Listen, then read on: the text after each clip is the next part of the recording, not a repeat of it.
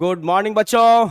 मैं M Jha sir फिर से आपके ओमेगा प्रो क्लासेस में स्वागत करते हुए क्लास 11th के बच्चों के लिए जो कि हमारे फ्रेशर्स हैं, वुड के बच्चे हैं। और फ्रेशर्स को पहले फेस करते हुए जैसे हम आगे बढ़ते हैं उसी तरह से क्लास 11th का आज फिर से एक नए टॉपिक के साथ ओमेगा प्रो क्लासेस में मैं एम झा सर आप सभी का स्वागत करते हुए। तो बच्चों, लास्ट क्लासेस में हम लोगों ने देखा था कि किस तरह से हम लोग ये नंबर ऑफ जो ग्राम एटॉमिक मास है इसको कैसे एक्सप्रेस करते थे। इन सारी चीज़ों को मैंने लास्ट क्लासेस में बताया था, थोड़ा ध्यान से देखिए, एक बार रिव्यू कर लेते हैं।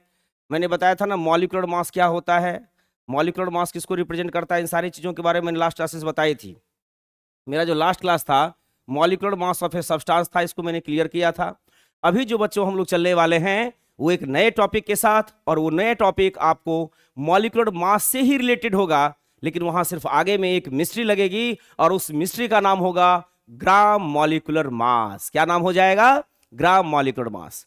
तो बच्चों, लास्ट वीडियोस में आपने देखा था कि जो मॉलिक्यूलर मास किसी भी सब्सटेंस का होता है वो उस सब्सटेंस के एक मॉलिक्यूल को रिप्रेजेंट करता है। लेकिन अब नया चीज क्या होगा उसके बारे में देखते हैं कि भाई ये ग्राम मॉलिक्यूलर मास में क्या नया नया बात होने वाला है। तो चलते हम लोग ग्राम मॉलिक्यूलर मास के बारे में सोचेंगे, समझेंगे और इसको देखेंगे भी भाई कि ये क्या होता है, इसके बारे में थिंकिंग भी करना है। जैसे कि आप देख रहे हैं कि स्क्रीन पर आपका जो आज का नया टॉपिक है उस टॉपिक का नाम है ग्राम मॉलिक्यूलर मास। क्या नाम है बेटा? Gram molecular mass. इसको शॉर्ट टर्म में हम लोग जीएमएम पढ़ते हैं। क्या पढ़ते हैं? जीएमएम।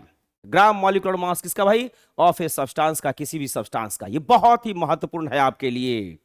और आज की मिस्ट्री में, क्योंकि बच्चों ध्यान से समझेंगे इस बात को, मैंने कहा था ना कि छोटी छोटी चीजों को समझते हुए हम लोग आगे की ओर जाएंगे।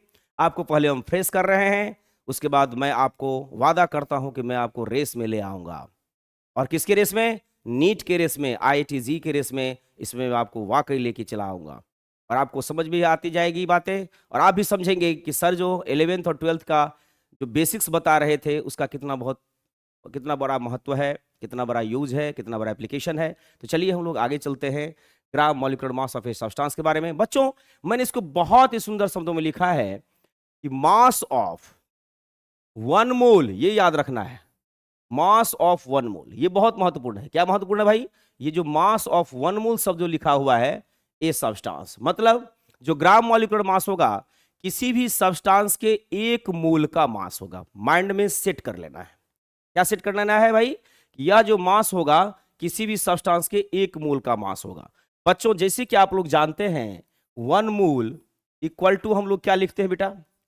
1 मोल इक्वल टू लिखते हैं 6.022 इंटू 10⁻23। ये लिखते हैं कि नहीं लिखते हैं? तो 1 मोल जो सब्सटेंस है उसका कितना पार्टिकल्स होगा? 6.022 इंटू 10⁻23। अब पार्टिकल की बात करते हैं तो मैंने स्टार्ट में बताया था कि किसी भी सब्सटेंस का जो सबसे छोटा पार्टिकल होता है, एलिमेंट का छोटा पार्टिकल एटम होता है, और सब्सटेंस का छोटा पार्टिकल उसका मॉलिक्यूल्स होता है। तो 1 मोल सब्सटेंस की बात कर रहे हैं, अगर 1 मोल सब्सटेंस लिखेंगे तो 1 मोल सब्सटेंस इक्वल टू हो जाएगा 6.022 इंटू 10⁻23 मॉलिक्यूल। क्लियर है बच्चों? इस बात को ध्यान में रखेंगे, इतना मॉलिक्यूल हो जाएगा। एक नई चीज आपके लिए है। तो दैट मीन्स ये जो ग्राम मॉलिक्यूलर मास होगा, मॉलिक्यूलर मास की अपेक्षा ज्यादा मॉलिक्यूल्स का मास होगा, क्योंकि मॉलिक्यूलर मास सिर्फ किसी भी सब्सटेंस के 1 मॉलिक्यूल का मास था, और जो ग्राम मॉलिक्यूलर मास होगा किसी भी सब्सटेंस के 6.022 इंटू 10⁻23 मॉलिक्यूल का मास होगा। ये बहुत बड़ी मिस्ट्री है। क्लियर है बच्चों?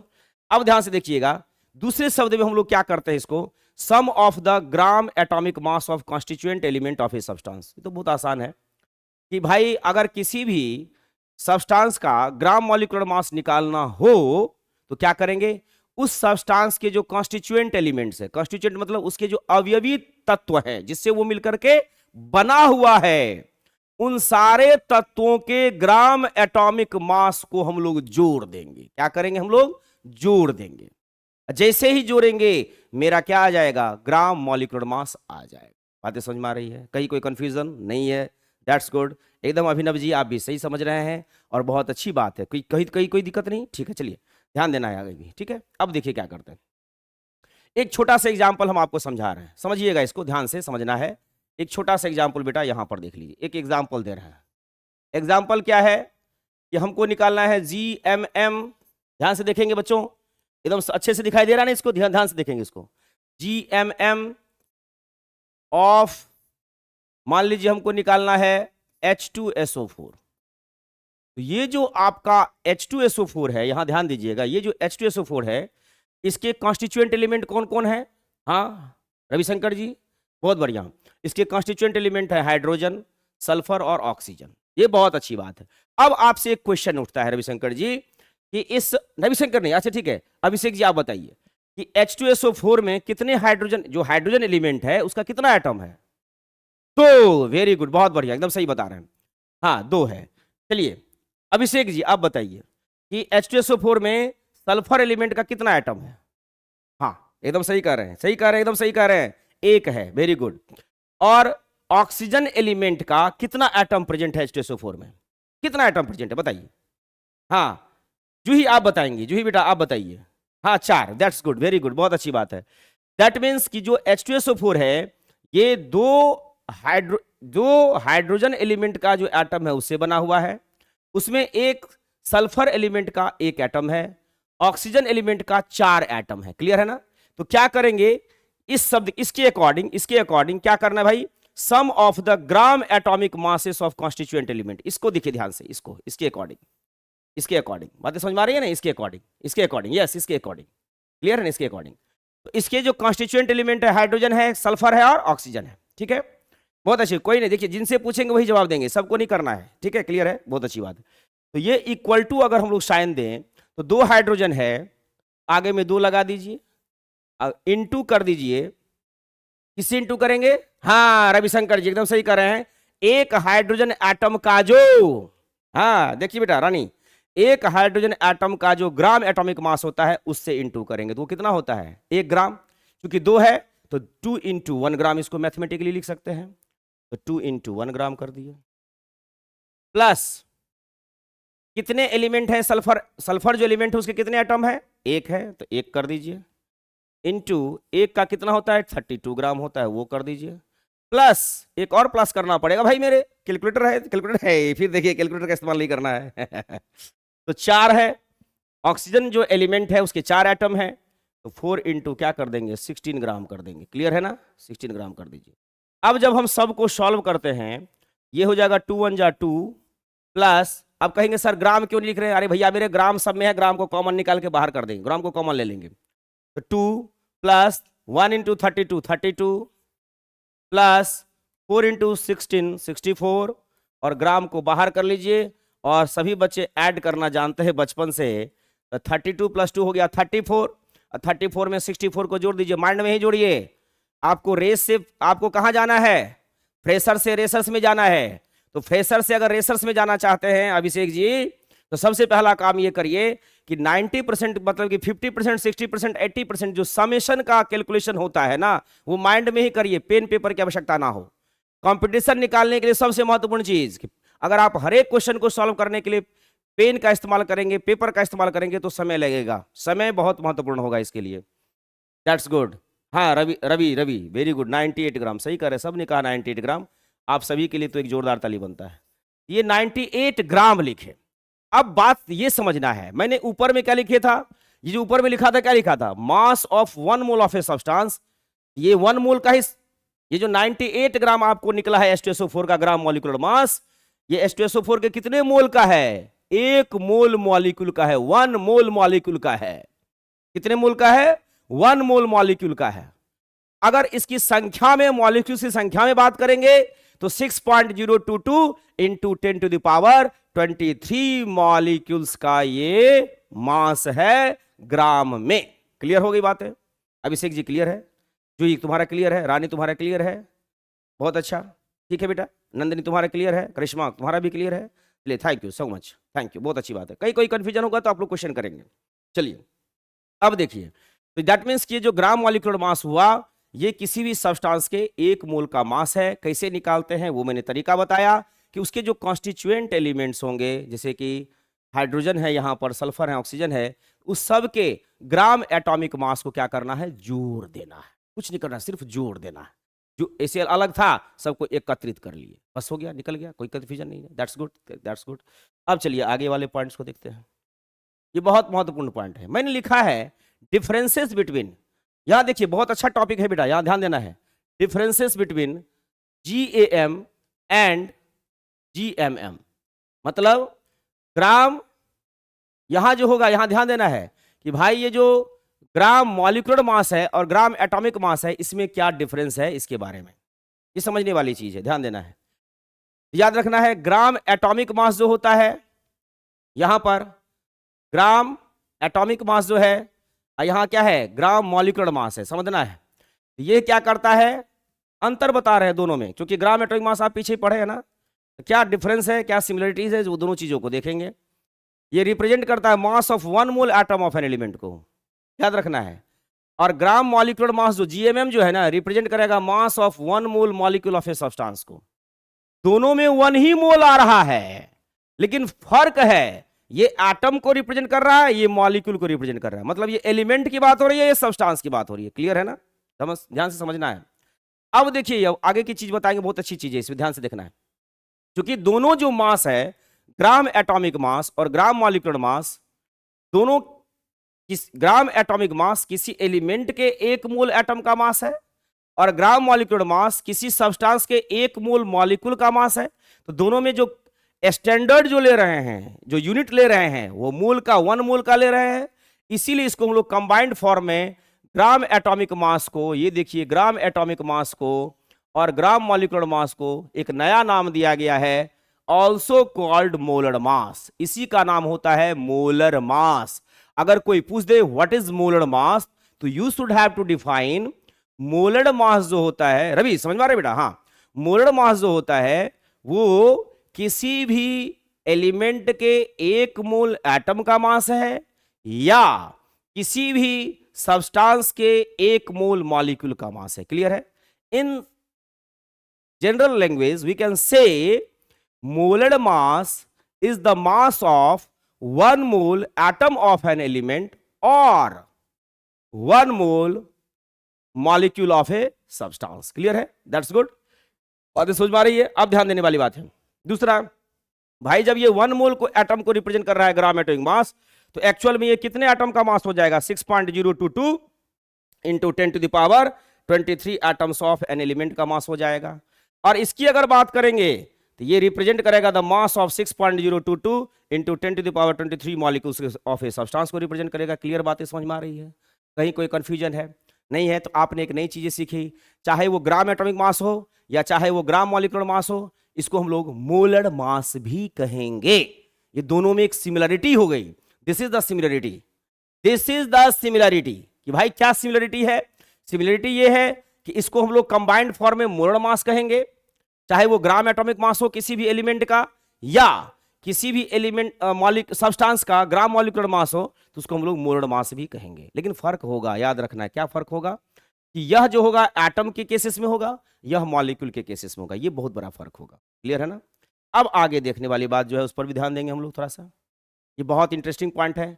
इसी को मोलर मास को मैंने यहां डिफाइन कर दिया, जो कि मैंने आपको कहा था, mass of 1 mole atom of an element या mass of 1 mole molecule of a substance. किसी भी एलिमेंट के 1 मोल का मास, जो कि पहले ही अभी बता दिए। क्लियर है ना तुम लोगों का? तुम लोगों का बेटा क्लियर है, तुम लोगों का भी क्लियर है, सबका क्लियर है, और जितने बच्चे देख रहे हैं सबका क्लियर हो रहा है। ठीक है, तो ये क्या है? मास of 1 mole atom of an element है या mass of 1 mole molecule of a substance है। क्लियर है? और करके देखिए, मैंने इसको लिखा है, बहुत अच्छी चीजें लिखा है। इन जनरल फॉर्म में जो कहेंगे mass of 1 mole atom of an element या mass of 1 mole molecule of a substance in gram, क्या कह देना है? ग्राम जरूर लगा दीजिएगा, एएमयू शब्द नहीं चलेगा यहां पर, क्योंकि जब कोई भी चीज को हम लोग एएमयू में एक्सप्रेस्ड करते हैं, एटॉमिक मास यूनिट में एक्सप्रेस्ड करते हैं, तो वो उस एलिमेंट के 1 एटम का मास होता है, या उस मॉलिक्यूल के, उस सब्सटेंस के, या उस सब्सटेंस के 1 मॉलिक्यूल का मास होता है। एएमयू के पीछे पढ़े थे लास्ट वीडियोज में, मैंने कहा था ना कि ग्राम मॉलिक्यूलर मास जो होगा वो 6.022 into 10 to the power 23 molecules का मास होगा, लेकिन अगर हम सिर्फ मॉलिक्यूलर मास की बात करेंगे, जिसे हम लोग किसमें एक्सप्रेस करते हैं, एएमयू में एक्सप्रेस्ड करते हैं, वो उस सब्सटेंस के एक मॉलिक्यूल का मास होगा। क्लियर है? ये छोटी सी चीज है, की पॉइंट इसको कहेंगे हम लोग। समझ में आ रही बात है? तो यहां जो मोलर मास की बात करें बेटा, तो ये ग्राम एटॉमिक मास या ग्राम मॉलिक्यूलर मास है। कितना मोल का? 1 मोल का। तो मास को हम लोग किसमें एक्सप्रेस कर रहे हैं? ग्राम में। क्लियर है ना? ग्राम में, ग्राम में, हाँ एकदम सही है, ग्राम में। तो वो मोलर मास को हम लोग कह सकते हैं, यह जो मास है किसी भी एलिमेंट के 1 मोल एटम या किसी भी सब्सटेंस के 1 मोल मॉलिक्यूल का मास किसमें? ग्राम में, एएमयू में नहीं, एएमयू में नहीं, ग्राम में। क्लियर है? तो यूनिट ऑफ मोलर मास जो हो जाएगा ग्राम पर मोल। ये शब्द क्यों लिखे हैं? ये जनरल एक्सप्रेशन है इसका। ग्राम पर मोल शब्द का इस्तेमाल क्यों किए हैं? ये जो देख रहे हैं आप लोग, ये या इस तरह से 2 तरीके से इसको रिप्रेजेंट करते हैं हम लोग, या तो ग्राम बटा मोल लिखेंगे या ग्राम पर मोल, जैसे मोल टू द पावर -1 पर मोल पढ़ेंगे। क्यों भैया? क्योंकि यह किसी भी सब्सटेंस के 1 मोल का मास है, मतलब उसके प्रति मोल का मास हम लोग जब कैलकुलेट करते हैं, प्रति 1 यूनिट होता है ना, प्रति एकांक मोल का मास इन ग्राम, तो क्या कहेंगे हम लोग? मोलर मास कहेंगे। क्लियर है? That's good. तो ये बहुत अच्छी चीज है, आपने समझा। कोई दिक्कत किसी को नहीं? रवि तुमको दिक्कत है? कंचन तुमको दिक्कत है बेटा? नहीं है? नंदनी तुमको दिक्कत है बेटा? नहीं है? सबको, सबका नाम बार बार नहीं ले सकते। ऐसा नहीं सोचना है कि सर उसका नाम लेते मेरा नाम लेते, ऐसा कुछ नहीं है। चलिए आगे बढ़ते हैं हम लोग। ये बहुत महत्वपूर्ण पॉइंट है, इसको भी ध्यान से देखेंगे। अब जो आपका इस पूरे, मैंने कहा था कि अभी तक जो भी चीजें आपने पढ़ी, मैंने आपको क्या क्या पढ़ाया? मैंने आपको पढ़ाया, इस पर ध्यान देने वाली बात है, मैंने आपको शुरू किया था कि भाई मोल क्या होता है, एवोगाड्रोज नंबर क्या होता है, 1 एएमयू क्या चीज है, बताया था कि नहीं बताया था?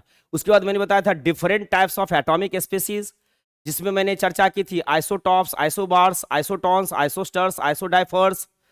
क्लियर है कि नहीं है? ये सारी चीजें क्लियर किया। उसके बाद मैंने बताया था कि आयंस क्या होता है। उसके बाद मैंने चर्चा की थी कि भाई रेडिकल्स क्या होता है, आयंस के कितने टाइप्स होते हैं। लास्ट वीडियोस, एकदम पीछे का जितना वीडियो उसको भी देखते जाइएगा, किसी का अगर छूट गया होगा तो पीछे का वीडियो देखते जाएंगे, लाइव क्लासेस वाले बच्चों के लिए कह रहे हैं। ठीक है? रेडिकल्स क्या होता है, रेडिकल्स कितने प्रकार के होते हैं, आयंस जो 2 प्रकार के हैं, कैटायंस और एनायंस, उसमें इलेक्ट्रॉन प्रोटॉन की संख्या कैसे निकालेंगे, न्यूट्रॉन की संख्या कैसे कैलकुलेट करेंगे, कैसे उसका हम लोग कैलकुलेशन कर लेंगे। रेडिकल्स में पॉजिटिव रेडिकल्स, नेगेटिव रेडिकल्स में इलेक्ट्रॉन प्रोटॉन की संख्या कैसे कैलकुलेट करते, उन सारे चीजों का। उसके साथ साथ मैंने बताया आपको कि ग्राम एटॉमिक मास क्या होता है, ग्राम मॉलिक्यूलर मास क्या होता है, इन सारे चीजों का जो समावेश होगा, ये आपके इस नए टॉपिक मूल में होने वाला है। अभी तक जो मैंने बताया बच्चों, वो सिर्फ एक टेलर था, वो सिर्फ मैंने पात्र को डिसाइड किया। फिल्म अब होगा, जैसे पात्र होता, कोई फिल्म बनता है ना, तो फलना जो होगा, ये आपको हीरो होंगे, ये इसमें हीरोइन होंगी, है ना, ये इसमें विलेन का रोल प्ले करेगा, ये कुछ जो है विलेजर्स होंगे, ये प्लेसेस होगा। तो मैंने ये डिसाइड कर दिया कि मूल कॉन्सेप्ट को पढ़ने से पहले जितनी भी चीजें आपको बताई थी, मैंने उसमें एक्टर, एक्ट्रेस, विलेन्स, जितने भी चीजें हैं उन सबको मैंने आइडेंटिफाई कर दिया, प्लेसेस कहाँ है, कहाँ शूटिंग होगी, वो बता दिया। अब मेन फिल्म बनाना है मूल कॉन्सेप्ट का। तो मूल कॉन्सेप्ट का जो मेन फिल्म है उसको देखिए, मैंने आपके स्क्रीन पर लिखा है बच्चों, बहुत ही महत्वपूर्ण पॉइंट है ये, इसको ध्यान से देखेंगे आप लोग।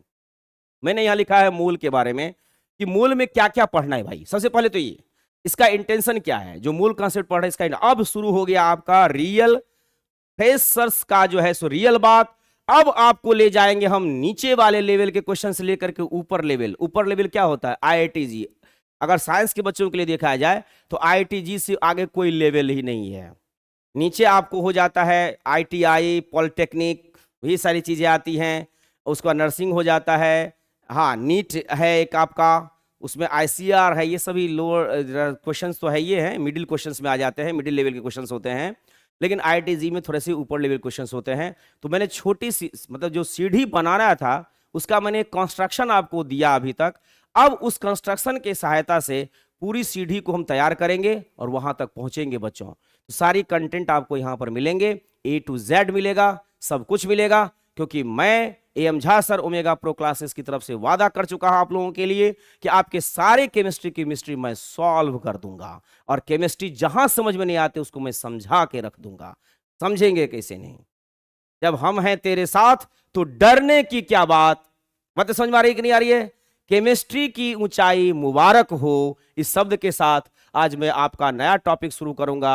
उसका नाम है मूल कंसेप्ट। मूल कंसेप्ट तो शुरू किया ही था, उसी में मूल जिसके एक्चुअल चीज जो पढ़ना था उसके बारे में मैं यहां चर्चा करूंगा। तो बच्चों देखिए इसमें करना क्या क्या है। मूल को देखिएगा तो ये पहला जो है इसको देखिए, मूल इन terms of number of atoms in an element, मतलब मूल की सहायता से किसी भी एलिमेंट में नंबर ऑफ एटम्स का कैलकुलेशन हम लोग करेंगे। दूसरा, ये दूसरा टॉपिक ध्यान से देखिएगा, ये सेकंड टॉपिक आपके लिए है। ये सेकंड टॉपिक आपके लिए ये क्या है? Mole in terms of number of electron, proton और न्यूट्रॉन इन एन एलिमेंट, मतलब कि किसी भी एलिमेंट में कितना इलेक्ट्रॉन है, कितना प्रोटॉन है, अगर मोल की संख्या दिया हुआ हो, मोल नहीं दिया हो, मास दिया हुआ हो, उसके हेल्प से हम लोग कैसे निकालेंगे इसकी चर्चा करेंगे। इसका मोटो बता रहे हैं बेटा। तीसरा जो है बहुत ही महत्वपूर्ण है आपका, ये चूंकि एलिमेंट से ही मैंने बताया था, शुरू में कॉन्सेप्ट दी थी कि जो चार्ज्ड एलिमेंट होगा वही आयन कहलाएगा। तो ये हम एलिमेंट से रिलेटेड बात इस साइड में लिखे हुए हैं, तो आयन को भी इसी कैटेगरी में हम लोगों को पढ़ने की जरूरत है। Mole in terms of number of electron, proton and neutron as well as number of ions of an element, मतलब किसी भी आयंस में उसकी संख्या, साथ साथ उसमें उपस्थित इलेक्ट्रॉन, प्रोटॉन और न्यूट्रॉन की संख्या की गणना हम लोग कैलकुलेशन यहां पर करेंगे हर टॉपिक में। अब बच्चे यहां ध्यान देने वाली बात है, ये जो आपका देख रहे हैं यहां पर, ये हो गया आपका फोर्थ टॉपिक, ये वाला, ये होगा आपका फिफ्थ और ये होगा सिक्स्थ। तो भाई फोर्थ में क्या करेंगे? जब एलिमेंट देख लिए तो एलिमेंट से ही उसका सगा संबंधी जो बनता है वो होता है सब्सटेंस। तो सब्सटेंस का जो सबसे छोटा रूप होता है वो होता है मॉलिक्यूल। तो हम लोग मॉलिक्यूल्स की चर्चा करेंगे। इसीलिए मैंने चौथा जो आपके लिए देखिएगा स्क्रीन पर लिखा है, बहुत ही महत्वपूर्ण टर्म है, mole in terms of number of molecules of a substance. उसी की तरह जैसे एलिमेंट में एटम्स का कैलकुलेशन करेंगे तो सब्सटेंस में मॉलिक्यूल्स का कैलकुलेशन करेंगे। बातें समझ में आ रही है? क्लियर है ना यार? अभी कोई दिक्कत? थैंक यू सो मच बेटा। अब देखिए क्या है दूसरा, देखिए एटम वाला में जो देखिए इसकी के साथ कंपैरिजन करेंगे। हम आपको एक ट्रिक भी बताते हैं याद करने का तरीका। अगर मैंने लिखा mole in terms of number of atoms in an element, तो एटम के जगह पर यहां मैंने देखिए मॉलिक्यूल्स लिखा है, और एलिमेंट के जगह पर देख लीजिए यहां मैंने सब्सटेंस लिखा है। क्लियर बातें आ रही है ना? बातें समझ में आ रही है कि नहीं आ रही है? याद करने का कोई झंझट ही नहीं होगा। ऐसा ट्रिक बताएंगे, एक पॉइंट बताएंगे, उसके आधार पर दूसरा पॉइंट आप लोग करेंगे। अब देखिए दूसरा जो है क्या है, mole in terms of number of electron, proton, neutron in an element. तो यहां पर हम लोग करेंगे mole in terms of number of electron, proton and neutron in a substance. इसको भी देखना है, सॉरी, इन ए सब्सटेंस, इसको भी देखना है।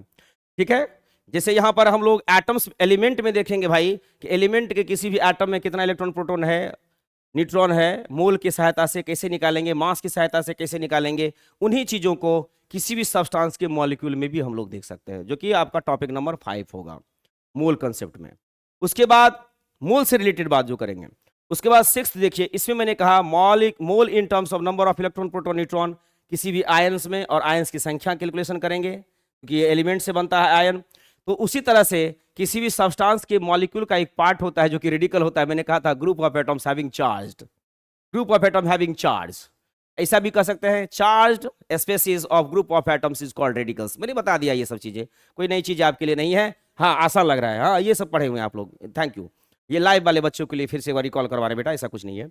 अब देखिए सिक्स्थ में देखिए, मोल इन टर्म्स ऑफ है electron, proton, neutron in a radical of a substance, मतलब कि अगर हम लोग एलिमेंट में आयन के बारे में देखेंगे, इलेक्ट्रॉन, प्रोटॉन, न्यूट्रॉन, तो मोल में जो मॉलिक्यूल में जो है बेटा, हम लोग किसी भी सब्सटेंस के जो मॉलिक्यूल वाली टर्म करते हैं उसमें रेडिकल में देखेंगे electron, proton and neutron. Clear है ना? बातें समझ में आ रही है? रवि कुमार, अभिषेक जी, थैंक यू, ये सब पढ़े हुए हैं आप लोग, दैट्स गुड। मतलब जो आप लोग कंटिन्यूटी को जो मेंटेन कर रहे हैं, सबसे बड़ी बात बता देते बेटा, nobody can do anything for yourself. आप लोगों के लिए या हमारे आपके लिए कोई भी व्यक्ति कुछ नहीं कर पाएगा जब तक आप अपनी कंट्रीब्यूशन नहीं देते हैं। अपनी कंट्रीब्यूशन देने का मतलब क्या है? अरे भर दिन खेलिए धूपिए, कोई मतलब नहीं है, खूब खेलो, खूब धूपो, खूब घुमाओ, लेकिन जो लाइव क्लासेस में वीडियोस देते हैं, नंबर 1 वीडियो से उसको देखते जाइएगा तो आपको आगे की सारी बातें समझ में आएंगी। ये बच्चे हमारे कंटिन्यू बैठते हैं यहाँ पर, जिनको सारी बातें समझ में आ रही है, ये लोग बहुत अच्छा काम भी कर रहे हैं, अच्छी अच्छी जानकारियां भी हासिल कर रहे हैं।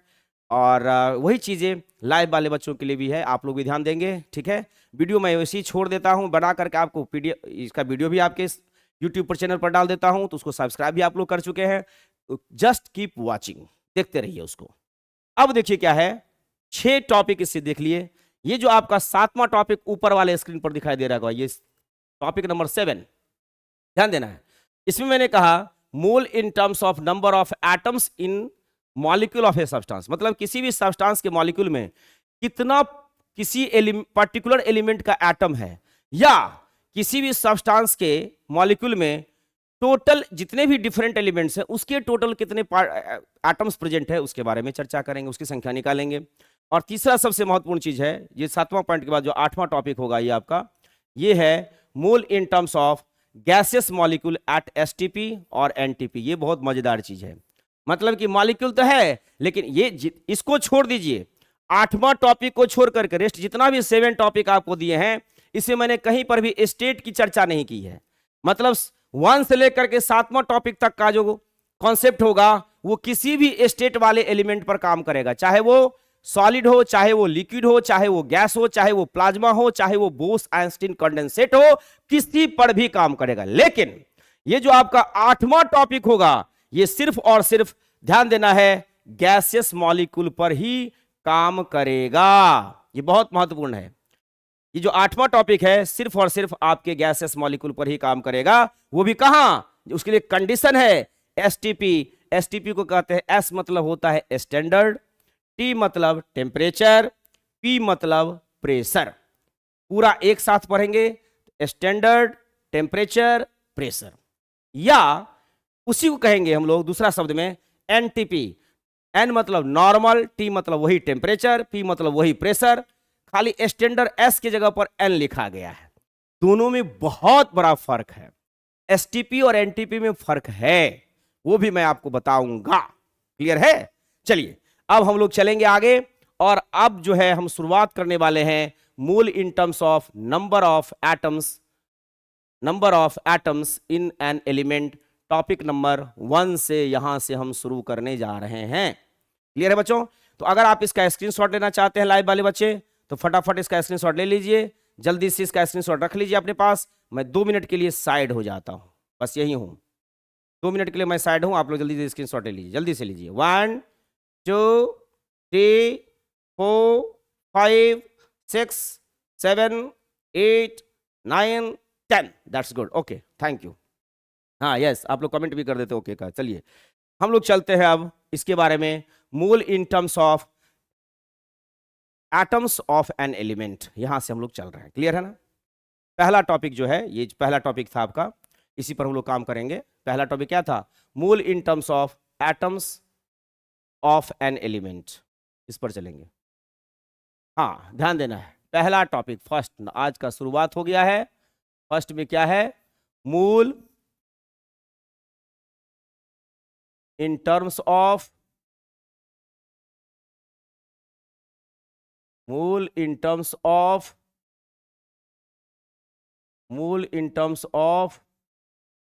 Atoms of an element,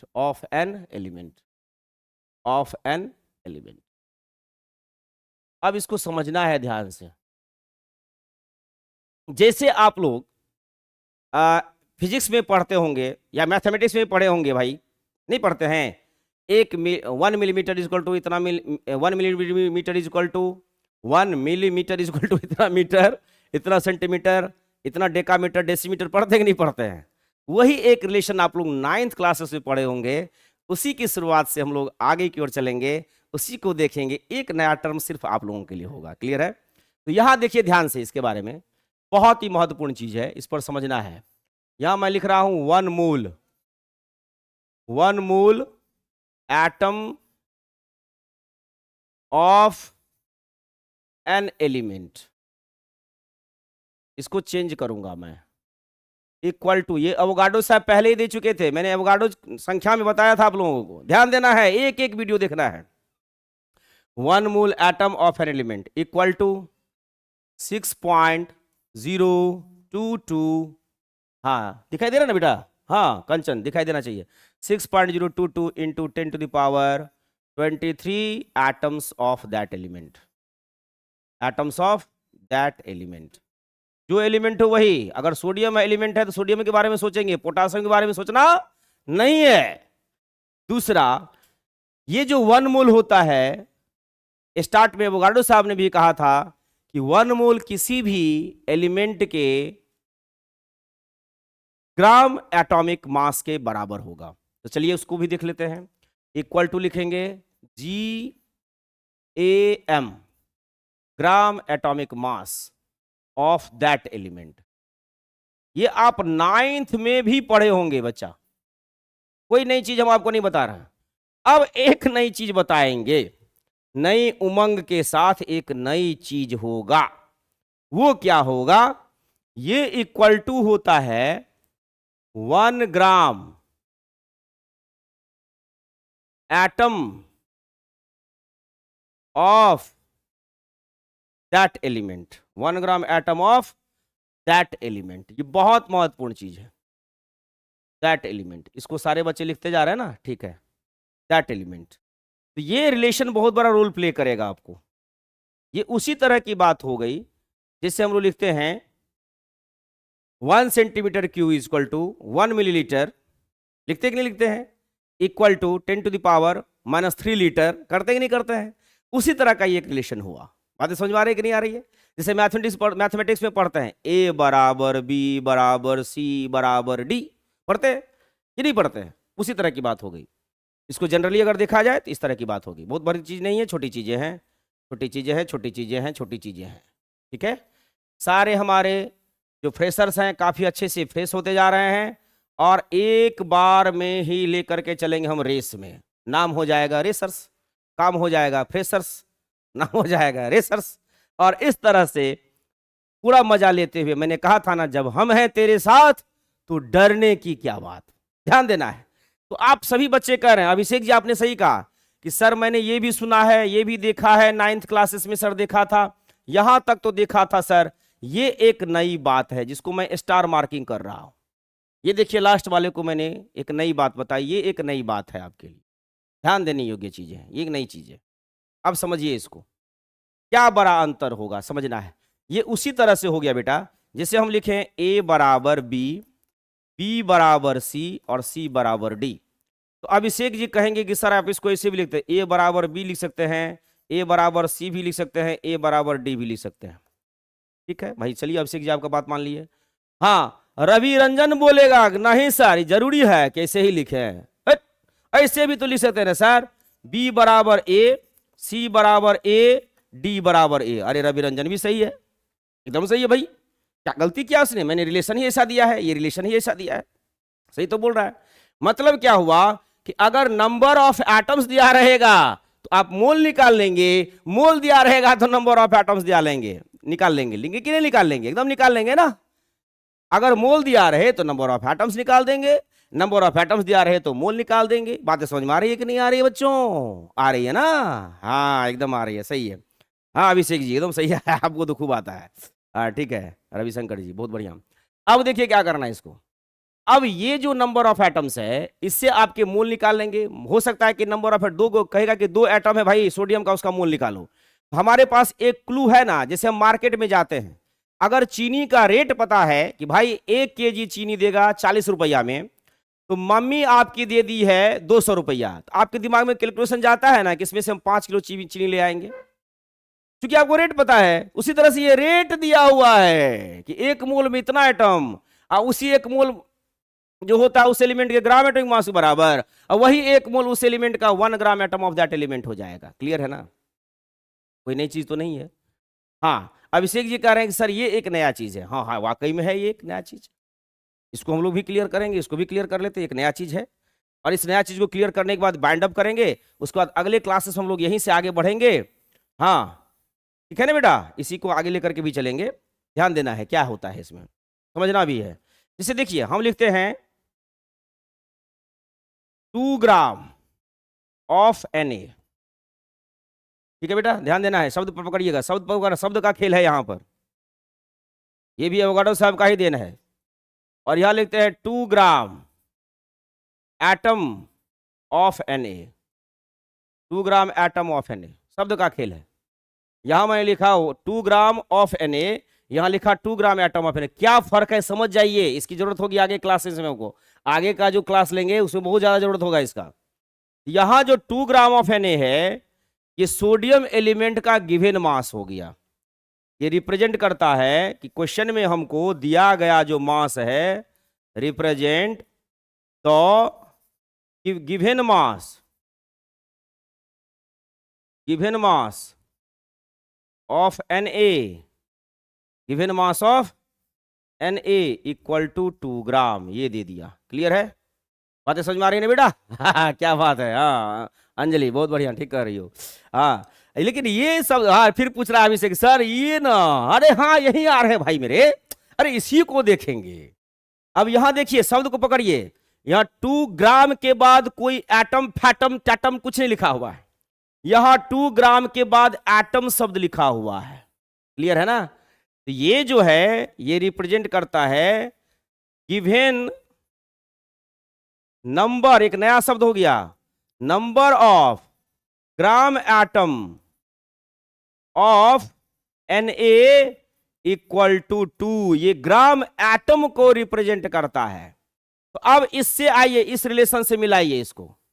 1 mole atom of an element जो होगा वो उसके 1 ग्राम एटम के बराबर होगा। मतलब उसका अगर किसी भी एलिमेंट का 1 मोल दिया रहे, उसमें जो नंबर ऑफ ग्राम एटम हो जाएगा उसकी संख्या भी 1 होगा। मतलब मोल को दूसरे शब्दों में ग्राम एटम भी पढ़ते हैं, मोल को दूसरे शब्दों में ग्राम मॉलिक्यूल भी पढ़ेंगे।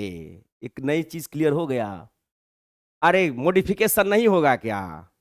सब दिन हम लोग ये क्या कहते हैं कि उसी मोबाइल से बात करेंगे जिसमें कि कोई फोटोआ उठवा नहीं आता हो। आप देखते हो मॉडिफिकेशन हुआ ना मोबाइल में, व्हाट्सएप कॉल हो जाता है आमने सामने, आप हमको देख रहे हैं, हम आपको देख रहे हैं, कितना बड़ा मॉडिफिकेशन है। इससे पहले कुछ था, इस तरह का कुछ था व्यवस्था है। 90 के दशक में ऐसा व्यवस्था था, 2000 ईस्वी भी वैसा व्यवस्था नहीं था।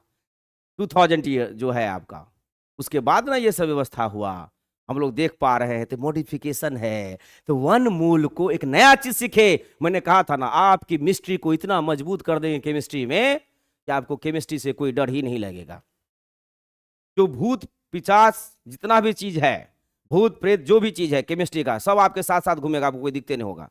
अरे हमेशा भूत प्रेत के साथ रहिएगा, भूत प्रेत से डर होगा आपको? कभी नहीं होगा। क्लियर है कि नहीं क्लियर है? तो एक नया चीज क्या सीखे कि 1 मोल किसी भी एलिमेंट के 1 ग्राम एटम को, अगर नंबर ऑफ मोल 1 है, मतलब अगर 1 मोल नंबर ऑफ मोल को रिप्रेजेंट करता है, तो 1 ग्राम एटम भी उसी मोल को ही रिप्रेजेंट करेगा। मतलब मोल को दूसरे शब्द में हम लोग कह सकते हैं ग्राम एटम। दूसरा बात, ये एलिमेंट के लिए, लेकिन अगर यही चीज अगर सब्सटेंस के अंदर जाके ढूंढेंगे तो 1 मोल क्या हो जाएगा? Gram molecule of that substance हो जाएगा। कि नया नाम, नया पिक्चर आ गया समझ में? तो पिक्चर बन गई हमारी मोल की। आज भर के लिए इतना ही बच्चों, और अगले क्लासेस में से संबंधित हम लोग ढेर सारे न्यूमेरिकल्स करेंगे, जिसमें लोअर लेवल से लेकर के हायर लेवल, ऐसे से ऐसे। क्लियर है? Thank you so much.